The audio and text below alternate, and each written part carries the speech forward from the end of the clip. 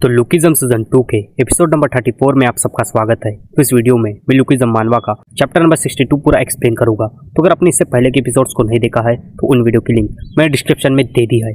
तो पिछले एपिसोड में हमने देखा था कि जो हमारी क्रिस्टल है वो अपने ही गार्डियन बन के अपने स्कूल में पहुंच जाती है, वो भी प्रिंसिपल के कहने पर। अब आगे तो चैप्टर के स्टार्टिंग में हम प्रिंसिपल को दिखती है। क्या प्रिंसिपल हमारे सुंदर वाले क्रिस्टल से कहता है कि मुझे तो बिल्कुल यकीन भी नहीं हुआ था कि उसकी इतनी सुंदर बहन भी हो सकती है, मुझे तुमसे मिलकर काफी अच्छा लगा। या प्रिंसिपल की बात हमारे सुंदर वाले क्रिस्टल को पसंद नहीं आती और यहाँ पे क्रिस्टल प्रिंसिपल के रूम से तुरंत ही बाहर आ जाती है। या क्रिस्टल अपने मन में कहती है कि वो इंसान मेरी बॉडी से मेरा एक कंपैरिजन करना चाहता था।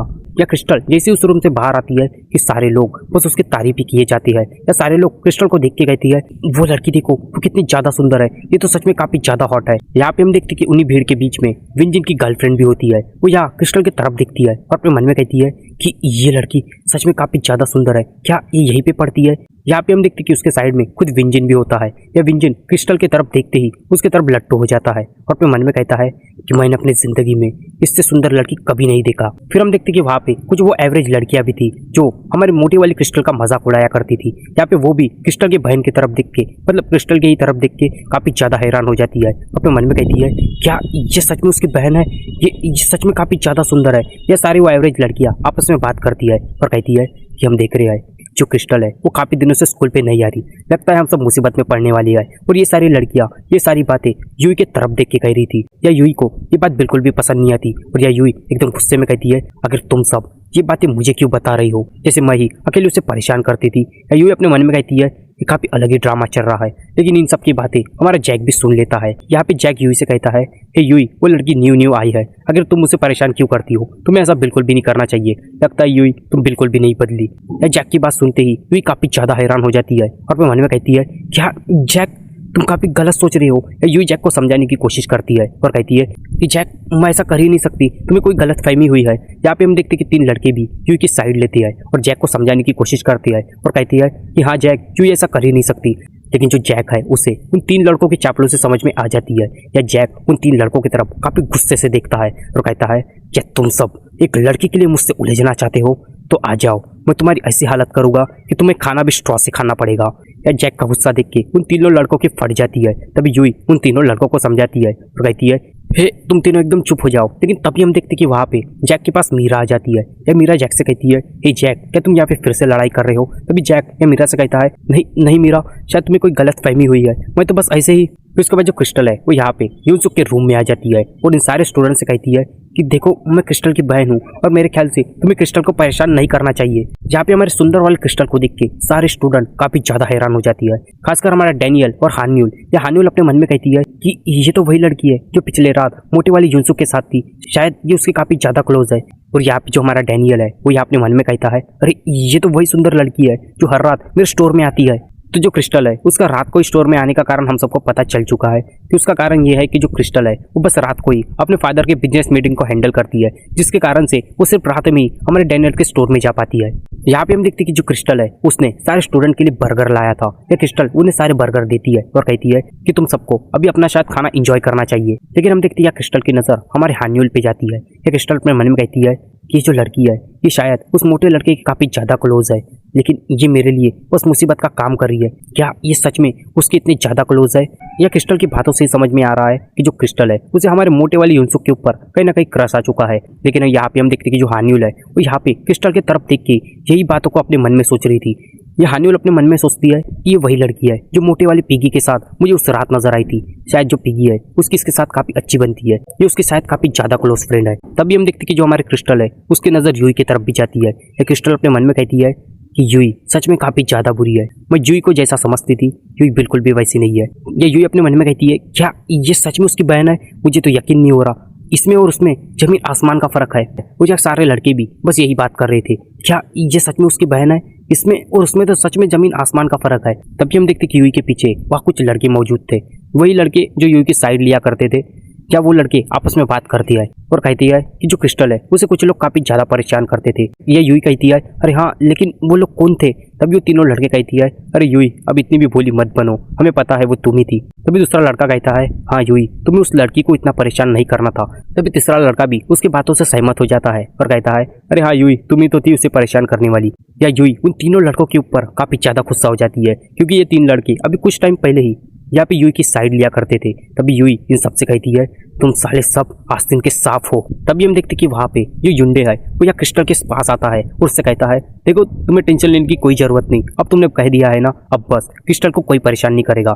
ये युंडो को ऐसा लग रहा था कि उसने ये सारी बातें बोली और सारे लोग बस उससे इम्प्रेस ही हो गए। ये युंडो को अपने ऊपर काफी ज्यादा गर्व महसूस हो रहा था। ये युंडो अपने मन में सोच रहा था कि शायद मैंने काफी बड़ा काम कर दिया है, लगता है अब सारे लोग मुझे काफी ज्यादा कुल समझ रहे होंगे। लेकिन हम देखते कि जो क्रिस्टल है वो युंडो को तरफ देख के अपने मन में कहती है अरे ये तो वही लड़का है जब मैं उस दिन इनों की मदद कर रही थी तब यही मुझे परेशान करने आ गया था, ये सच में काफी ज्यादा बुरा है। यह युंडे की बात सुन के क्रिस्टल उसके तरफ काफी अजीब सा रिएक्शन देती है और उसके बातों का रिप्लाई भी नहीं देती, जिससे युंडो की काफी घनी बेइज्जती हो जाती है। लेकिन तभी हम देखते कि वहाँ पे खुद विंजिन भी आ जाता है। यह विंजिन डायरेक्टली अपना फोन क्रिस्टल की ओर आगे बढ़ाता है और क्रिस्टल से कहता है हे क्या तुम मुझे अपना फोन नंबर दे सकती हो। या क्रिस्टल भी विंजिन की यह हरकत देख के काफी ज्यादा शौक हो जाती है। तभी सारे लोग या विंजिन की खूब ज्यादा तारीफ करने लगती है और कहती है अरे विंजिन तो सच में काफी ज्यादा कमाल है, यही तो असली मर्द है। तभी जो विंजिन है वो अपने मन में कहता है कि शायद मैंने काम कर दिया है क्योंकि कोई भी लड़की मुझे इग्नोर तो मार ही नहीं सकती और मुझे तो रिजेक्ट करने का कोई सवाल ही नहीं उठता। लेकिन जो क्रिस्टल है वो अपने मन में कहती है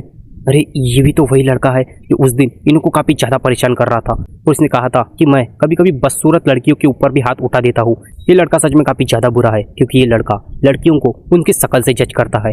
या क्रिस्टल विंजिन से कहती है बिल्कुल भी नहीं, मुझे तुम्हारे सनग्लासेस बिल्कुल भी पसंद नहीं है। या विंजिन की भरे क्लास में काफी तगड़ी बेइज्जती हो जाती है। या विंजिन को अपने ऊपर यकीन नहीं हो रहा था, सारे बच्चे बस उसका मजाक उड़ा रहे थे। तभी कुछ लड़कियां भी कहती है अगर ये मुझे भी प्रपोज मारता तो मैं तो इसे मुंह पे ही ना कर देती। या हम डैनियल को भी देखती है। या डैनियल क्रिस्टल की तरफ बस घूरे ही जा रहा था। या डैनियल अपने मन में कहता है ये लड़की जब से आई है तब ये लोगों से काफी अजीब से बात कर रही है, जैसे इसे इसकी सुंदरता के ऊपर काफी ज्यादा घमंड है। या क्रिस्टल की नजर जैसे ही डैनियल पे पड़ती है या क्रिस्टल भी अपने मन में कहती है कि लड़का मेरी तरफ बस घूर ही जा रहा है, शायद इस लड़के को मेरे फेस्टिवल की कुछ बातें पसंद नहीं आई थी, इसी के कारण ये मेरी तरफ इतनी अजीब नजरों से देख रहा है। तभी जो हमारा डैनियल है वो अपने मन में कहता है कि जो इसकी बहन है क्रिस्टल वो सच में काफी ज्यादा अच्छी है, लेकिन उसके मुकाबले ये मुझे बिल्कुल भी पसंद नहीं है, इसके अंदर काफी ज्यादा घमंड है। तभी जो क्रिस्टल है वो अपने मन में कहती है कि ये लड़का बस दिखने में अच्छा है, मुझे नहीं लगता कि उस मोटे लड़के से अच्छा होगा क्योंकि ऐसे लड़कों से मुझे तो काफी ज्यादा नफरत है।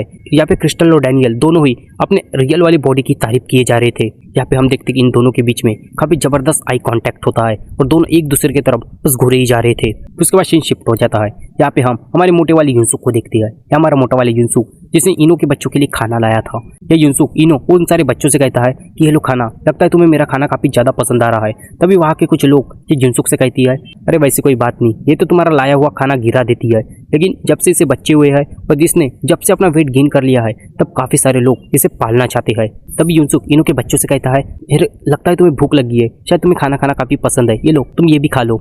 या हमारा मोटा वाले युनसुक इनो और उसके बच्चों की तरफ देखता है और कहता है कि अब ये सब काफी जल्दी जल्दी बड़े हो रहे हैं, काफी जल्दी जल्दी बड़े हो रहे हैं, शायद मुझे इन्हें अपने साथ घर पे लेके जाना चाहिए, लेकिन मुझे नहीं लगता कि इनो मेरे साथ मेरे घर पे चलेगी। और एक प्रॉब्लम ये भी है कि मेरे पास इतने पैसे भी नहीं है कि मैं इसका उसके बच्चों का खर्चा उठा सकूं। तभी जो हमारा मोटा वाला युनसुक है वो यहाँ पे अपने मन में कहता है कि मुझे कैसे ना कैसे इन सब का बंदोबस्त करना पड़ेगा। ये युनसुक इनो को बाय करके यहाँ से जा रहा होता है। तभी जो इनो के बच्चे हैं यहाँ पे हमारे मोटे वाले युनसुक का पीछा करती है। या इनो अपने बच्चों को रोकने की कोशिश करती है और कहती है बच्चों इधर आओ, उसके पीछे जाने की कोई जरूरत नहीं। तभी जो हमारा मोटा वाला युनसुक भी है वो यहाँ पे उन बच्चों को समझाने की कोशिश करता है और कहता है अरे हाँ तुम्हें अपनी मदर के पास जाना चाहिए, क्योंकि अगर तुम मेरे पीछे आ गए और तुम्हारी मदर को ये बात पता चली तो तुम्हारी मदर मुझे फाड़ देगी। जहाँ पे हम इनो को देखती है या इनो अपने मालिक का दिया हुआ स्कार्फ अपने मुंह में पकड़ती है और अपने मन में कहती है कि मालिक आपकी जो स्मेल है वो स्कार्फ से गायब होती जा रही है, क्या मैं आपका इंतजार इस लड़के के साथ कर सकती हूँ। इसका मतलब जो इनो है वो यहाँ पे हमारे युनसुक के साथ उसके घर पे जाने के लिए रेडी हो जाती है। या हमारा मोटा वाला युनसुक अपने मन में कहता है कि मुझे मेरी शायद न्यू फैमिली मिल चुकी है। उसके बाद सीन शिफ्ट हो जाता है या 3 महीने बीत जाती है। या डैनियल अपने स्कूल में होता है और अपने मन में कहता है कि 3 महीने बीत चुके हैं और मेरे पास अभी उतना पैसा भी नहीं कि मैं उन सब का ख्याल रख पाऊँ। तभी उसके साइड में जैक होता है या जैक युनसुक से कहता है तुम्हें ऐसा करना चाहिए कि तुम्हें उन बच्चों को किसी को दे देना चाहिए। तभी डैनियल अपने मन में कहता है आखिर मैं ऐसा कर भी कर सकता हूँ और मेरे पास तो इतने पैसे भी नहीं कि मैं उन सबको पालूं, क्योंकि मैं खुद ही अपने 2 बॉडी को पाल रहा हूँ। तभी जो डैनियल है वो यह जैक से कहता है हे जैक कैसा रहेगा तुम। तभी जो जैक है वो यहाँ पे डैनियल की बातों को काट देता है और उससे कहता है मेरे बारे में तो सोचना भी मत, मुझे इन डॉग्स को पालने में कोई इंटरेस्ट नहीं। लेकिन तभी हम देखते हैं कि साइड में हमें जे नजर आता है। उसके बाद से एकदम से सीन शिफ्ट हो जाता है कि हम जे को देखते हैं या जे ने अपनी बिल्डिंग में उन 5 डॉग्स को ला लिया है। मतलब जे ने युनसू की बात को कहीं ना कहीं हाँ कर दिया था, लेकिन उसे कहीं ना कहीं डॉग्स से काफी डर लग रहा था। और ये बात उसका नौकर भी कहता है और कहता है कि साहब आपको तो डॉग्स से काफी नफरत है, तो आपने ये इरादा कैसे बना लिया कि आपको 5 पपीज को पालना है। इसका मतलब जो जे है उसे कहीं ना कहीं कुत्तों से थोड़ा डर लगता है, लेकिन फिर भी उसने डैनियल के कहने पर इन सारे पपीज को अपने घर पे ला लिया। और ये वाला ही सीन हम कुछ टाइम बाद देखती है कि जब डैनियल ने जे से कहा था कि क्या तुम इन बच्चों को पालोगे, तब जे ने बिना किसी सवाल और जवाब के उन सारे बच्चों को अपने गोदी में उठा लिया था और अपने घर में ला लिया था। देखो दोस्ती होनी चाहिए तो ऐसी होनी चाहिए, नहीं तो दोस्ती करके कोई फायदा नहीं। इसी के साथ ये चैप्टर और ये एपिसोड यहीं पे एंड हो जाता है। तो ये था लुकिज्म सीजन 2 का एपिसोड नंबर 34। तो अगर आपको वीडियो पसंद आई तो प्लीज वीडियो को लाइक करना, वीडियो को शेयर करना और सब्सक्राइब करना मत भूलना। मिलता हूँ नेक्स्ट वीडियो के साथ, उसी के साथ। あらあら、さようなら。